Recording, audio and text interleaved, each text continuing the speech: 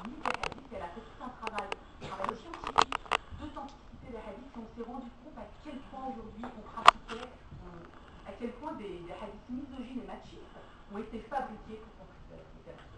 Donc là, on est en plein dans la jurisprudence islamique, et c'est la raison pour laquelle j'insiste sur le fait que oui, il nous faut des législations internationales, oui, il faut les travailleurs sociaux, il faut associer les médecins, etc., mais il faut aujourd'hui pouvoir associer les voix musulmanes. Alors, on peut débattre de quels musulmans, mais en tout cas, les musulmans aujourd'hui sont unanimes et sont tous d'accord pour dire qu'aujourd'hui, il faut aller vers une cessation de la pratique des mutilations génitales féminines. Mais de toute façon, la pratique continue dans des pays islamiques, donc je comprends que cette conviction que les paroles du prophète sont apocryphes n'est pas généralisée. Elle n'est pas généralisée. Alors, à ce titre, on va dire qu'un grand pas a été franchi, puisque la question des mutilations génitales féminines n'est plus tabou. C'est-à-dire que depuis ces dernières années, il y a des colloques, et j'en parlerai après, les colloques, des déclarations sont même faites, des savants musulmans aujourd'hui mobilisent et sensibilisent dans les mosquées, etc., pour dire maintenant il faut cesser ces pratiques. Alors, effectivement, c'est une question qui est complexe, une question socioculturelle qui est complexe.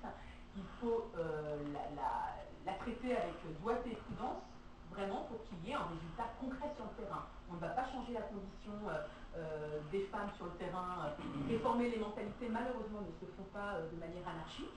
On en parlait ce midi, on parle aussi beaucoup de la Moudawana au Maroc. Alors oui, il y a des réformes, on donne beaucoup plus de droits aux femmes, mais l'implémentation de ces réformes sur le terrain est quelque chose d'encore une autre étape. Encore une autre étape. Néanmoins, les choses sont déjà en train de bouger. Le fait simplement que des savants, que des fatwas, et on en parlera tout à l'heure, mais que des fatwas, qui sont des décrets religieux, soient aujourd'hui édictés par les plus hautes sphères de l'islam sunnite en Égypte, qui disent clairement que c'est une atteinte à la vie et que l'islam ne saurait tolérer une telle pratique, c'est déjà une avancée dans la communauté musulmane. Je parle de la pratique de l'excision dans les communautés musulmanes.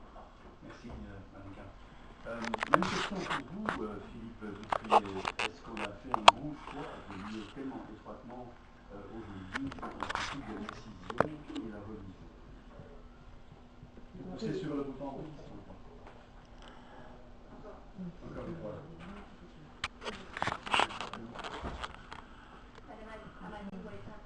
Ah oui, c'est ça.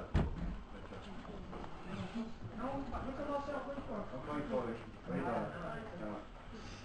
D'abord, je voudrais dire que mon intervention est très modeste, et d'autant plus que j'ai entendu ce matin bien des choses vraiment plus larges sur ce thème des décisions et des autres mutilations.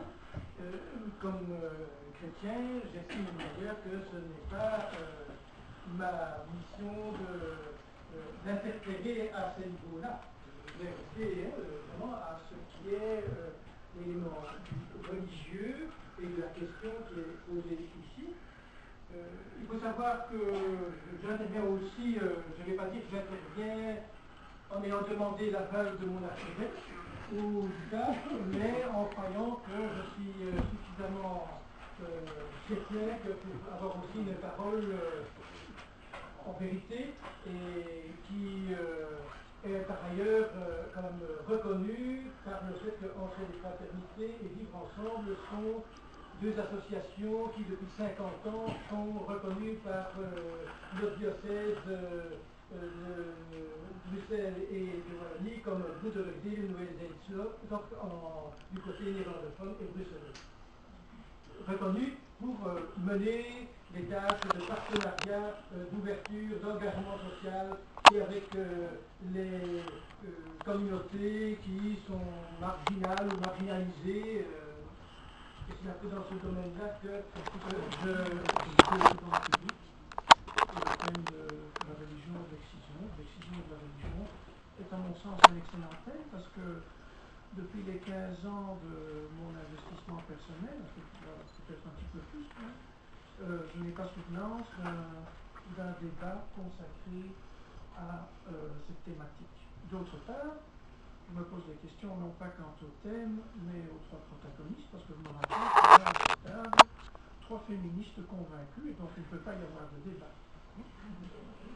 Bon, ceci dit, Ceci dit, je voudrais quand même faire état de la divergence d'opinion que j'ai avec le dernier des orateurs qui a pris la parole il y a un moment, au sujet de l'attitude de l'Église catholique en ce qui concerne la condition de la femme. Et je voudrais, en ce qui me concerne, monsieur le modérateur, vous suggérer d'ouvrir le débat et non pas nous limiter aux mutilations génitales féminines, mais à toutes les brimades et à tous les sévices organisés et autorisés à l'encontre des femmes.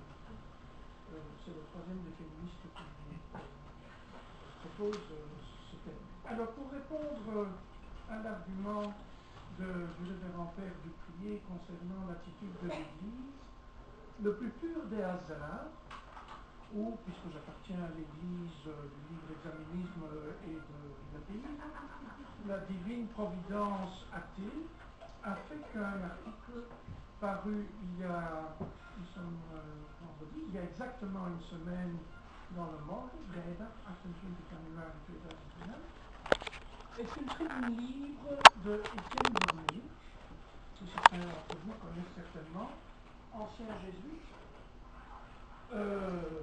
convaincu par après de certaines vérités et passé à l'athéisme, qu'il professe d'une façon extraordinairement agressive, façon que je ne partage pas. Je désire que ce débat soit entièrement serein. Je crois que quand on débat, quand on discute, ce qu'il faut, c'est essayer de convaincre et pas de vaincre. Donc je vais vous citer, comme je suis ma deuxième religion à côté du féminisme, c'est ma belgitude. Ik spreek Nederlands. Ik druk mij in het Nederlands uit. Je vais vous lire ce qui est marqué ici. Je vous traduirai, à moins que les ravissantes personnes derrière la vitre là ne le fassent pour moi. Compétente et ravissante. Dus Etienne Vermeer, want het is toch passend dat een beetje Nederlands hier aan bod komt gedurende dit debat. Etienne Vermeer schrijft, en ik lees, voor mij ligt een handboek over moraal theologie,